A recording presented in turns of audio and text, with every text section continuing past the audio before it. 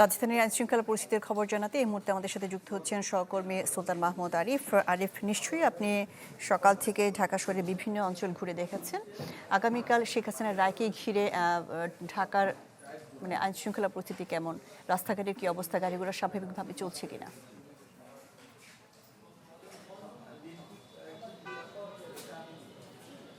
আগামীকালকের শেখ হাসিনা রায়কে কেন্দ্র করে ইতিমধ্যে কয়েকটি জায়গায় আমরা ককটেল বিস্ফোরণের ছোটোখাটো কয়েকটা ঘটনা শুনেছি। তবে এর আগের রায়কে কেন্দ্র করে যেভাবে এক ধরনের বিশৃঙ্খল পরিবেশ তৈরি করেছিল, সেই ধরনের বিশৃঙ্খল পরিবেশ কিন্তু আজকে সারাদিন সেভাবে আসলে ঘটানোর কোনো তেমন একটা খবর আমরা পাইনি।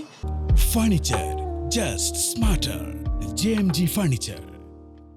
তবে এর বাইরে আমরা ঢাকা মেট্রোপলিটন পুলিশের কাছ থেকে যে তথ্য পেয়েছি, সকালে আমাদেরকে জানিয়েছেন যে 10 জনের বেশি গ্রেপ্তার করা হয়েছে এবং বিকেলের দিকে মোহাম্মদপুর থেকেও বেশ কয়েকজনকে গ্রেপ্তার করা হয়েছে এবং নাশকতার যারাই চেষ্টা করছেন, যেখানে সন্দেহ হচ্ছে সেখানেই কিন্তু আইনশৃঙ্খলা রক্ষাকারী বাহিনীর সদস্যরা তৎপর আছেন এবং তারা কাজ করছেন এবং পাশাপাশি পুলিশ সদস্যের পাশাপাশি এপিবিএনের সদস্যরা কিন্তু এখানে কাজ করছেন এবং যেখানেই সন্দেহযুক্ত কাউকে মনে হচ্ছে সেখানে তারা সেটি তল্লাশি করছেন এবং এছাড়া সকাল থেকে আমরা যেমনটি দেখেছি যে আগামীকালকের যে রায়কে কেন্দ্র করে কোনো ধরনের আসলে ঝটিকা মিছিল কিংবা কোনো ধরনের যে আওয়ামী লীগ ছাত্রলীগের যে মিছিল, সেই মিছিল কিন্তু বের হয়নি এবং সব মিলে বলা যায় যে যদিও কোনো ধরনের বিশৃঙ্খল পরিবেশ এখন পর্যন্ত তৈরি হয়নি, তবে আগামীকালকের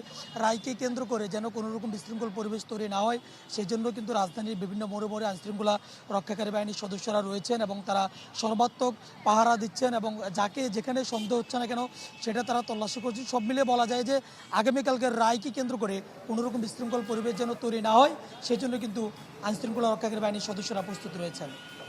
জি, সুলতান মাহমুদ আরিফ, আপনাকে ধন্যবাদ। জুলাই হত্যা মামলায় শেখ হাসিনার রায়কে কেন্দ্র করে রাজধানীর আইনশৃঙ্খলা পরিস্থিতির খবরাখবর জানাচ্ছিলেন সুলতান মাহমুদ আরিফ।